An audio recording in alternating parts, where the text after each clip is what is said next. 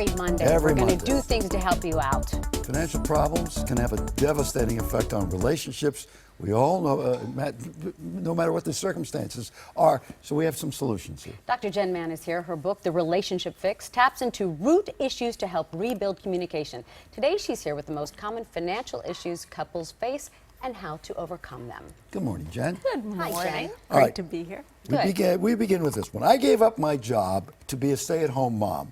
My husband is the breadwinner. He now makes all our financial decisions. I have to beg for grocery money, but he spends freely. He just bought a new set of expensive golf clubs. Oh, you just feel trapped. Yeah, completely. And look, what we know is that, and everybody knows the cliche of, oh, money is the #1 reason why couples split apart. Actually, the study show, University of Utah study shows that couples who fight about money once a week are 30% more likely to get divorced. Ooh. In a situation like this isn't just about money. This is about power and control. This is a husband who's trying to control not just the money, but the relationship.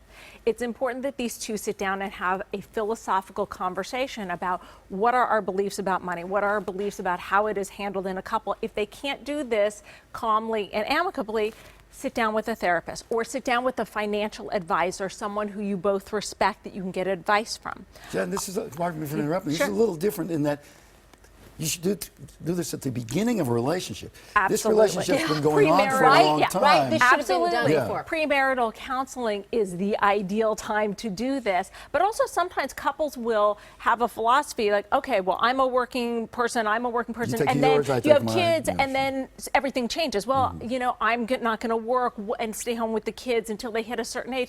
Things change, and philosophies change, and ideas change. But one of the hot topics that has come up on Facebook Live with a lot of your viewers is about bank accounts. And should you have separate bank accounts? Could you have the same bank accounts?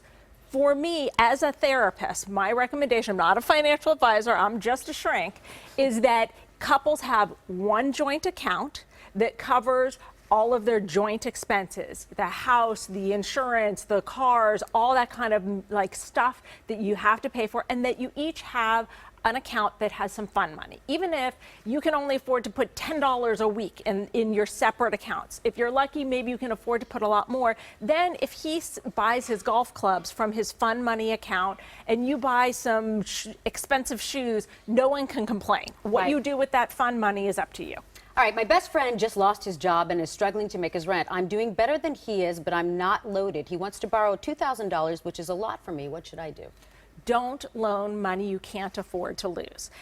When you loan money to a friend, it changes the dynamic of the relationship, and suddenly you start to feel entitled to tell him, oh no, I can't believe you took your date out to that expensive restaurant. You owe me money. Changes you need the to power- pay. the power totally does. quotient here, yeah. So I would say don't loan him money. If you can afford to give him a gift, generously give him a gift. But really where you can be the most helpful is, you know, it's that old expression, I'm a vegan, so I hate the expression, but it's applicable, is you give a man a fish and he eats a meal for the night, but if you teach him to him how to fish, fish. then he can eat for life. But my question to you is, if you give it with the idea that it's a gift, Yes. it still changes the power ratio.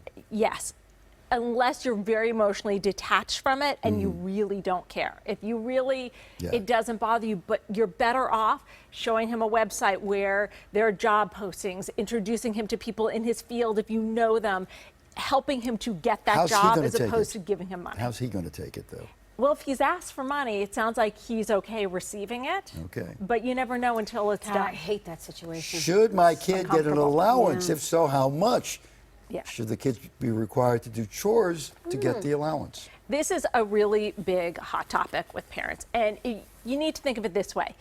If you didn't teach your kid to drive and you gave him a BMW and then he got into a car accident, you wouldn't be that surprised. It's the same thing with money. Give your kids money to make mistakes with, well, the stakes are low. The hot issue tends to be, do you give money for chores or do you just give a weekly allowance? And there are pros and cons to both. If you're giving money for specific chores, well, what happens if your child doesn't do their chores? What happens if they do 5 out of 6? What happens if that week your child says, well, I don't really need money, so I'm not going to do my chores? And it can make your kids a little more mercenary. Well, you pay me $10 to take out the garbage. Why should I do this? Yeah. So it has pros and So cons. it's not an allowance, they're getting paid. Yes, Yeah. but also then they can appreciate that you get paid for your work too. When you just give them money, it's kind of easier for the parent, and your child knows I get X number of dollars a week, I can make a budget. In certain ways that's easier, but then it's not tied to actual So your work. preference is which? I'm actually, believe it or not, fairly neutral. I think there are pros and cons to each. In multiple family households, sometimes just the weekly works better than tying to chores, because otherwise you're keeping chore charts and keeping track of a lot of that stuff. What does matter to me is that the child who gets money gets an amount that is consistent, and that they actually have things they're required to pay for. That it's not just all fun money. That it's like, okay, well, when we're at the grocery store and you ask for candy, you know, if you want it, you can buy it, but it's with your money. With your money. You know, that there needs to be, okay, entertainment, you want to go see a movie? Great, you have an allowance. Let's use your money.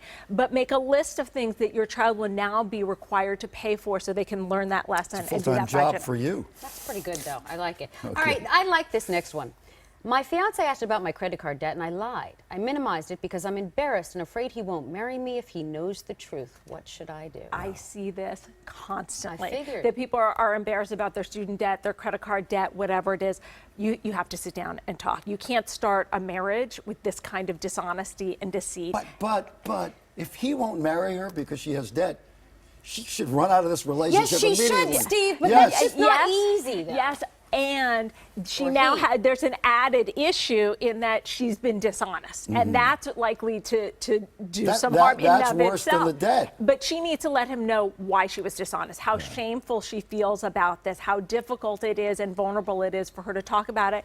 And also she needs to let him know, how did she get in that debt? Was she irresponsible, or was this paying for medical bills? Was this paying for student loans? What was it?